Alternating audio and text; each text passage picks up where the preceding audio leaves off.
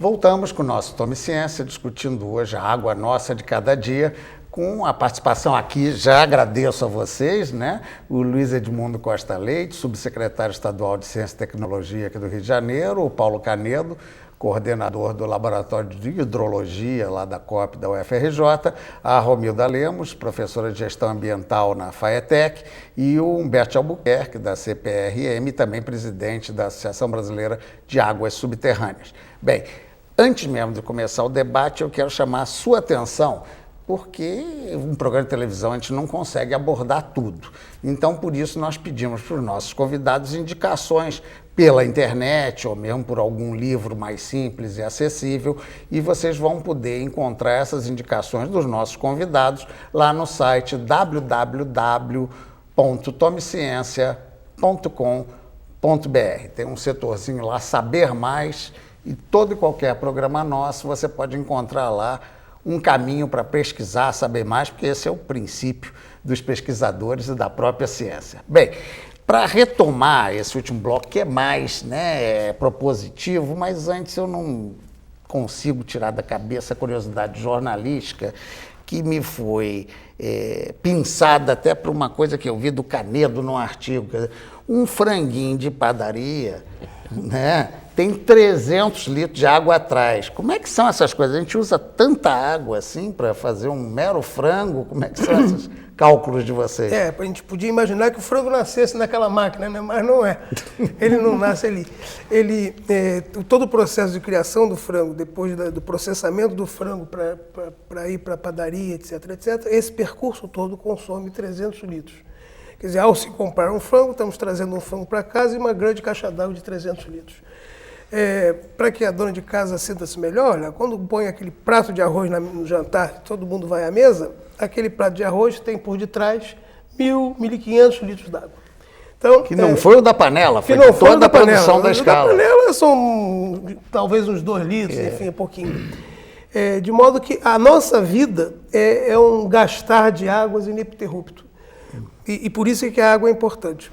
Tá. Alguém mais tem curiosidade assim, sobre a água? Não, eu comecei a falar no assunto, que quando eu falei a questão de gestão, é que do ponto de vista mais tradicional, quer dizer, nós temos sistemas de abastecimento, e no meu entendimento, né, trabalhando tantos anos nisso aí, um dos problemas básicos que a gente ainda tem é não conseguir lidar com a água como um bem que tem valor. E como tem valor, as pessoas têm que pagar por ele, apesar de cair do céu, e isso, em princípio, as pessoas acharem que se cair do céu, está resolvido. Mas então eu queria só que as pessoas refletissem o seguinte: 1.000 litros de água, hoje, custa em torno assim, de R$2, se ele é distribuído por uma empresa como a SEDAI, na sua casa, na biquinha da sua casa. Sabesp, mais ou menos a mesma coisa público, também, né? É um pouquinho menos na primeira faixa, depois um pouquinho mais. 1.000 litros de água, R$2. Quer dizer, 1.000 litros, qualquer coisa ser R$2, você vê que realmente é muito barato. Agora, por outro lado, a gente compra água, também potável, a beber, numa garrafinha que custa também R$2, 200 mililitros. Então, quer dizer, 1/5 de litro custa a mesma coisa que 1.000 litros. Então, a gente chega à conclusão que realmente a questão não é a água em si, tá certo? Uma visão até que kantiana, mas é uma questão de tudo que está por trás da produção da água, de fazer com que ela seja adequada ao consumo humano e de chegar onde ela é necessária. E essa questão dos 300 litros que o Canedo menciona, é lógico que a gente também não percebe porque o frango hoje em dia está barato. E se consome tanta água, quem pagou por essa água toda que o frango consumiu? Tá certo? No caso, as indústrias não têm que pois pagar, porque as indústrias, me parece que são... Começa a tentar fazer essa gestão, já existe hoje uma boa legislação sobre recursos hídricos no Brasil, as empresas estão começando a se acostumar com a ideia que o recurso tem que ser pago, né? E já existe esse princípio da outorga, que antigamente não existia, e nós vamos ter que evoluir para isso, não tem dúvida, porque a única maneira das pessoas entenderem o valor de alguma coisa não tem saída, pelo menos na nossa sociedade atual, é pagando. E hoje em dia a gente praticamente não paga, a não ser quando a gente vai comprar o copinho d'água por R$1 e que acha barato. Mas não acha barata a conta d'água, e a maior parte das pessoas sequer sabe quanto paga de água. Quem mora em condomínio nem sabe quanto paga. Porque é tem diluído, ideia, não tem relógios individuais. porque vai junto com a conta do condomínio. Embora os condomínios sempre fazem campanhas aí para minorar o consumo, porque a conta sempre é alta, a conta dá. Sim, mas é difícil que você sensibilize a pessoa, porque para ela é uma não vai coisa no bolso tão que ela não claramente, sabe, ela né? não tem ideia. O síndico sabe, talvez, mas a maior parte das pessoas nem sabe. Mas isso está mudando. Hoje, por exemplo, a legislação já exige que cada habitação tenha o seu contador, como é o caso da energia elétrica e do gás. Sim, mas E é isso ainda que tá a grande fazendo maioria com das que as casas pessoas- não possui isso. Até. A maior parte não tem. Como também tem uma grande quantidade de casas que sequer tem medidor de água. Quer dizer, em muitas áreas da cidade, e não é só aqui no Rio de Janeiro, as empresas que fornecem água, elas cobram pela chamada estimativa. Ou seja, se a pessoa gastar muito, pouco, mais ou menos, não faz diferença na conta, porque ela vai pagar a mesma coisa. E isso é muito negativo do ponto de vista da gestão. Só isso que eu queria pontuar. Bem, já é um pouco de proposição, né? Como E do você último bloco. imagina Tá, diga, Humberto. quanto esse país exporta em água. Exportamos água Porque também. nós somos o grande vendedor de alimentos. Tá certo? E a produção de alimento é um volume imenso de água que você está transferindo praticamente de graça para os demais países do mundo. Ou seja, a semelhança daquele exemplo do Canedo, do franguinho com 300 e o arroz com quanto? 1.500. 1.500? Quer dizer, soja, toda... Tudo claro, isso. tudo isso. Então, todo esse muita volume quantidade. de alimentos que você exporta, aí o próprio frango e o laticínio, Gado, etc. tal, o gado. é um volume de água impressionante que você está exportando para o resto do mundo. Humberto, me dê licença, aqui temos uma coisa que seria talvez um bom aprendizado. O Brasil é um dos poucos países no mundo com uma enorme área. E, por acaso, a nossa área é do tipo meridional, o Brasil é ao comprido, o que faz com que o Brasil tenha climas distintos em qualquer época do ano, enfim. Então, o Brasil tem terra fértil, enorme área e água em todo o território nacional, exceto no semiárido. Isso põe o Brasil numa vantagem comparativa com os outros países e coloca ele numa posição absolutamente ímpar como produtor de grãos e aqui alimento, grãos e proteínas animais, vegetal, para o mundo inteiro. E nós poderemos aproveitar essa dádiva que o Brasil tem, desde que não estraguemos a nossa água. Porque se nós estragarmos a nossa água, perdemos a grande vantagem comparativa de um território enorme, com solo fértil, insolação todo ano, etc, etc. Então, eis aqui um estímulo para bem conservar a água. Já vamos pegar essa fase mais para final propositiva com a nossa Romilda. Como é que você vê essa questão em termos de propostas concretas? Eu queria acrescentar um debate paralelo, né? Que eu estou puxando para a qualidade de água, né? Também, né? Que o pessoal falou muito em quantidade, mas também tem a questão da qualidade associada ao produto, né? Porque para fazer um produto que, por exemplo, que a água fica em contato, né? Ou faz parte integrante ali daquele produto, a qualidade de água tem que ser altíssima, né? Enquanto a operação de uma caldeira já não exige uma qualidade tão elevada. Então, também a qualidade é importante, né, para movimentar, né, todas as atividades. Né? Só a questão agropecuária consome de 60% a 80% de todo o consumo da água, né, responsável, né, por E você acha, né? grande Deixa eu consumo aproveitar de do água gancho. mesmo, né? Hoje se fala muito no aproveitamento de água de chuva. As tais cisternas que o Canedo tanto criticou aqui poderiam ser uma saída para captar água de chuva, para eu lavar acho carro. muito essas coisas. interessante. É uma saída? Né? Eu acho que é muito interessante.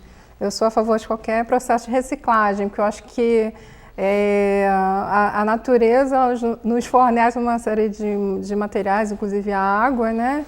E a gente desperdiça muito esses materiais, né? E o processo de reciclagem, né? Ou de aproveitamento das águas é muito importante para que a gente possa manter o uso a longo prazo, né, desse recurso. Né? Bem, vamos então para rapidinho passar um a um suas conclusões finais e ponderações. Começar com o Humberto.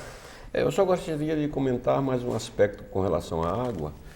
É exatamente numa perspectiva de futuro, essa ser a grande commodity do mundo. E quem estiver preparado, conhecendo o seu recurso, que tenha qualidade com o seu recurso, terá uma grande saída futura, porque esse será um mercado. Nós sabemos que o conflito de água hoje no mundo já existe, já está aí claro. tá certo? E o Brasil tem tudo, junto até com os países da América Latina, de ser um dos grandes fornecedores, de ter uma grande commodity à sua disposição para barganha no futuro. Tá. O Luiz Edmundo, vamos às suas conclusões. Eu tenho que falar alguma coisa ligada à ciência, uma dúvida, mas eu não vou falar de ciência exata, não. Eu acho que talvez o mais urgente seria a gente avançar na área da ciência política, que hoje também se entende como ciência.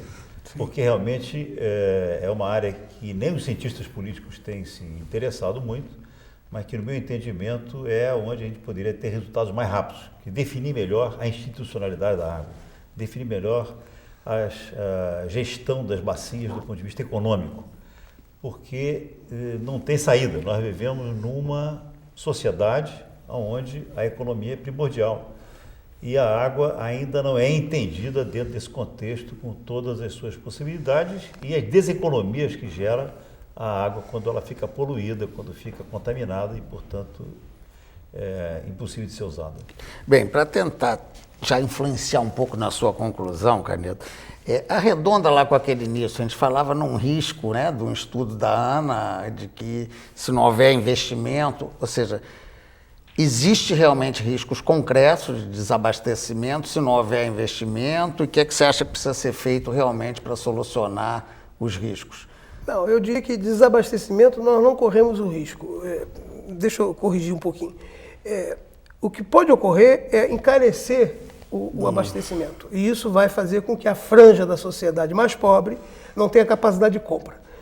Ou pega e não paga, que degenera em maus serviços, etc, etc.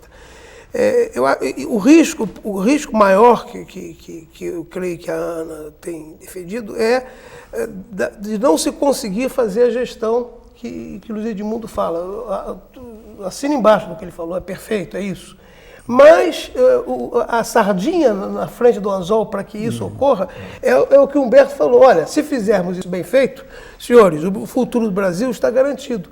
Não só como celeiro de alimentos, mas eu só acrescentaria ao dele a produção do combustível agrônimo, enfim, por exemplo, o álcool feito da cana. Quer dizer, sim, que consome água, no caso. Mas eu digo, é um combustível que veio da agronomia, que também se junta à produção de vegetais, de alimentos. Então, o Brasil tem tudo para ser um produtor de agroenergia, lembrei a palavra, de agroenergia e de alimentos. E essa sardinha na ponta do anzol é que deve motivar a sociedade brasileira a trabalhar na direção de que o Luiz Edmundo mencionou, de fazer uma boa gestão da água, entender qual é o valor que a economia mundial e a brasileira pode desfrutar de o Brasil proceder, fazer direito ao seu dever de casa, etc, etc. Ou seja, é do tipo, se comportar bem, brasileiro, nós temos um futuro brilhante. Se nós nos comportarmos mal, vamos ficar amargando, lamentando não ter feito o dever de casa na hora certa. Ok. Muito obrigado a presença de vocês, a sua audiência e até a próxima.